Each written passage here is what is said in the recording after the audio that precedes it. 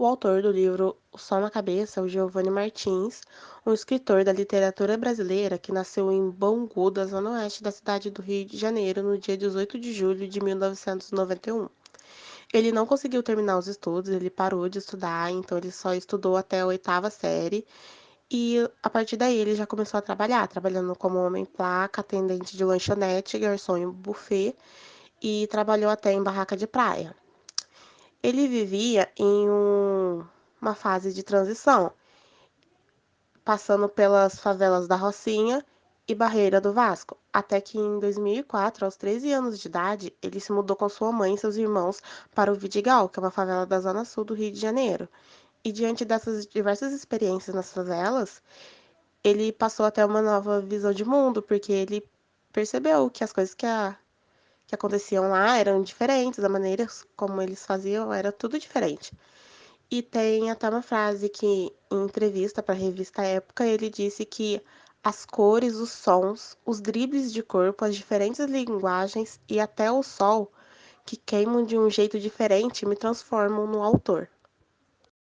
Como obras semelhantes a esse livro, a gente tem o livro Um País Chamado Favela, de Renato Meirelles e Celso Ataíde, que é um livro que mostra como é difícil entender o Brasil sem entender as favelas, porque o livro une o rigor científico das pesquisas de união com o conhecimento prático dos moradores da favela. Então, o universo da favela real parece ainda invisível à grande mídia, aos intelectuais e à boa parte dos planejadores de negócios, que ignoram e desprezam seu poder transformado. Temos também o livro A Voz do Alemão, de René Silva e Sabrina Abreu, que relata o cotidiano dos moradores do complexo de favelas do Morro do Alemão, além de ser um espaço para que tantas vozes antes abafadas fossem ouvidas e atendidas.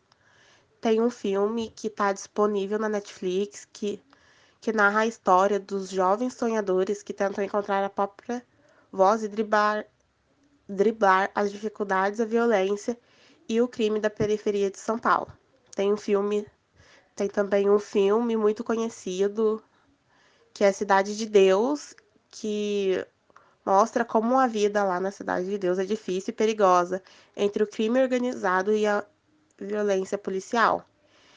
Ele é narrado por um personagem chamado Buscapé, que conta as histórias trágicas de vários habitantes da comunidade, seguido também de esforços do protagonista para realizar um sonho, ser fotógrafo.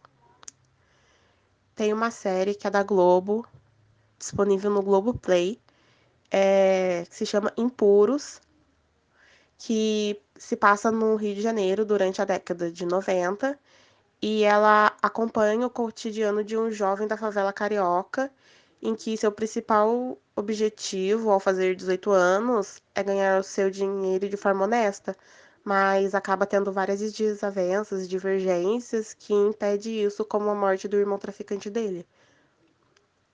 Tem também uma série que ficou muito famosa quando foi lançada, que é Cidade dos Homens, que é uma série que retrata a realidade de dois amigos, o Acerola e o Laranjinha, e mostra como que eles enfrentam o poder do tráfico de drogas e a falta de dinheiro em uma comunidade carente. E tem também um documentário que se chama Dançando com o Diabo, e ele expõe a complexibilidade e as contradições do universo da violência, do tráfico, da polícia e da ação religiosa. O livro Só na Cabeça é uma obra de Giovanni Martins. Ele é um livro de 13 contos que trazem como protagonismo os jovens marginalizados que moram em comunidade. É importante falar nesse livro que a intenção do autor não é dar uma lição de moral nas classes de elite. A intenção do autor é realmente contar como é a vida desses jovens marginalizados. Ele faz uso na linguagem, ele usa o recurso da linguagem para fazer uso de gírias. Nesse livro, ele conta sobre morte, ele conta sobre preconceito, ele conta sobre os soldados do tráfico, que é como eles se referem à milícia. Ele conta sobre a falta de oportunidade que muitos moradores têm. Nesse livro, ele mostra também que as drogas, o fumo, é o principal, é para onde as pessoas correm normalmente, é a principal fuga das pessoas para desestressar, para tentar fugir daquela realidade.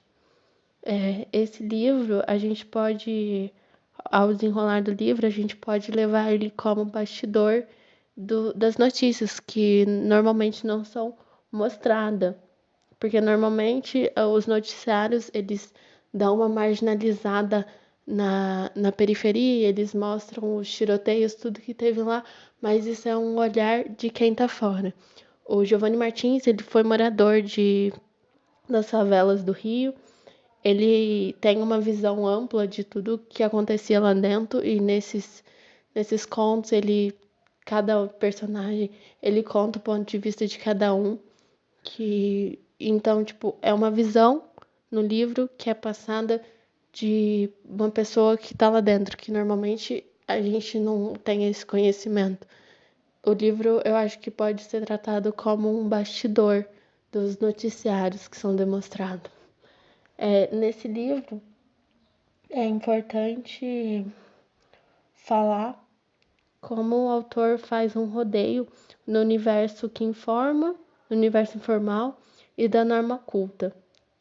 Ao mesmo tempo que você está acompanhando o livro, que você está numa linguagem mais tranquila, uma linguagem mais coloquial, você precisa ter mais atenção para entender a metáfora, a gíria que ele está fazendo. Esse livro é uma obra simples, mas que não deixa de ser complexa. Em Sol na Cabeça, Giovanni Viana conta 3 histórias que narram a infância e adolescência de garotos para quem as angústias e dificuldades inerentes à idade somam-se à violência de crescer no lado menor favorecido da cidade, é, o Rio de Janeiro das primeiras décadas do século XXI.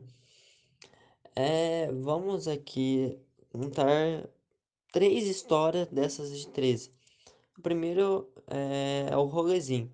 Em Rolezinho, uma turma de adolescentes vai à praia no verão de 2015, quando a PM Fluminense, em nome de combate aos arrastões, fazia marcações cerradas aos meninos de favela que pretendessem chegar às areias da Zona Sul. Agora contando um pouco mais da a história do periquito e do macaco. Em A História do Periquito e do Macaco, assistimos às mudanças ocorridas na Rocinha após a instalação da Unidade da Polícia Pacificadora, a UPP. Situada em 2013, quando a maioria da classe média carioca ainda via a iniciativa do secretário de Segurança, José Beltrame, como a panaceia contra todos os males. O conto mostra assim que para a população sobre com o controle da polícia, sob o controle da polícia, o segundo P da sigla não era exatamente uma realidade. Agora falando um pouco mais de uma outra história, da estação Padre Miguel, como era assim? Era 5 amigos, se vêem sobre a mira dos fuzis dos traficantes locais. Nesses e nos outros contos, chama a atenção a capacidade narrativa do escritor. Isso é muito importante porque o que o escritor narra é muito importante, às vezes, ver como ele enxerga todo o cenário, tudo que ele envolve dentro do contexto, pintando com cores vivas também, personagens e ambientes, sem nunca perder o suspense e o foco na ação. As primeiras impressões sobre o livro foi de estranhamento em relação à narrativa em primeira pessoa, marcada pelas inflexões da linguagem oral dos morros. com suas regras fascinantes de concordância que deixam de ser perfeita, das gírias sem aspas ou até mesmo sem estar em itálico.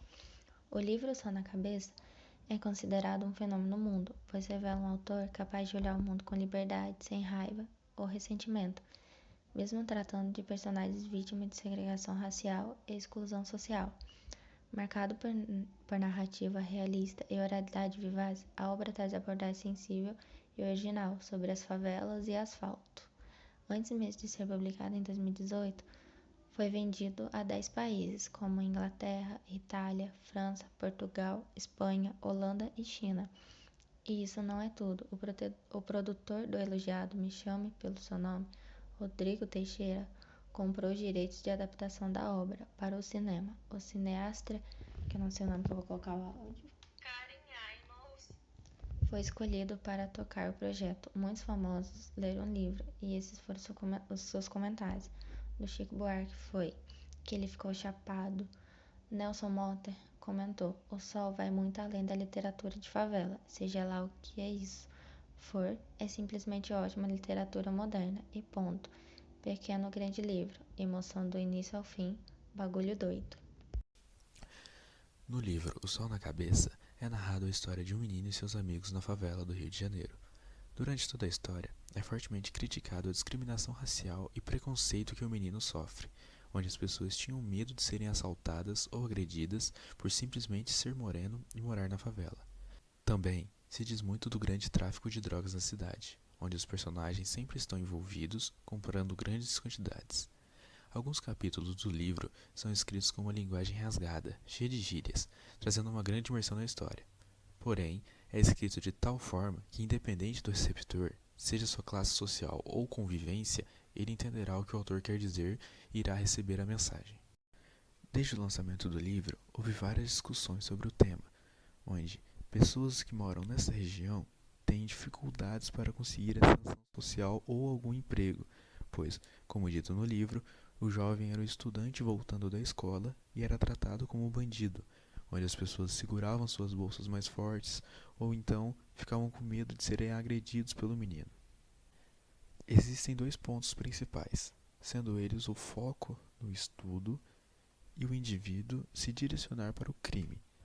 O crime, na maioria das vezes, é o escolhido, pois é algo mais fácil e mais lucrativo, porém arrisca vidas de pessoas inocentes e dos próprios bandidos. Sendo assim, podem atrapalhar muitas famílias que não têm nada a ver com o assunto. Porém, na região, a dificuldade de se encontrar oportunidades de estudo é muito maior do que uma sociedade mais rica, ou seja, não tem tanto acesso assim para o estudo. Então, na maioria das vezes, o estudo é deixado de lado e se dedicam para o crime, onde conseguem dinheiro, joias e muito mais coisas que conseguem sua ascensão social. Porém, não há um ponto final nessa história. Não há uma resposta para isso, pois visto de pessoas de longe que não vivem na sociedade dita, é algo fácil de se falar que estudar seria algo mais simples. Porém, as pessoas que convivem nisso sabem o porquê existem essas dificuldades e ingressam no crime. Porém, há sempre pontos que não deixam de ser vistos, como o esforço, e esses pontos não devem ser ignorados.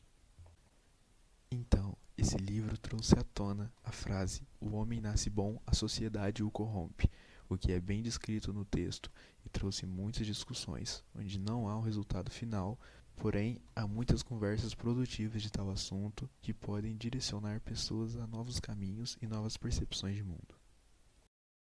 A importância do livro é nos mostrar a realidade de vida dos jovens nas favelas do Rio de Janeiro, suas angústias e dificuldades próprias da idade que somam-se à violência de crescer no lado menos favorecido da cidade, a discriminação e o racismo.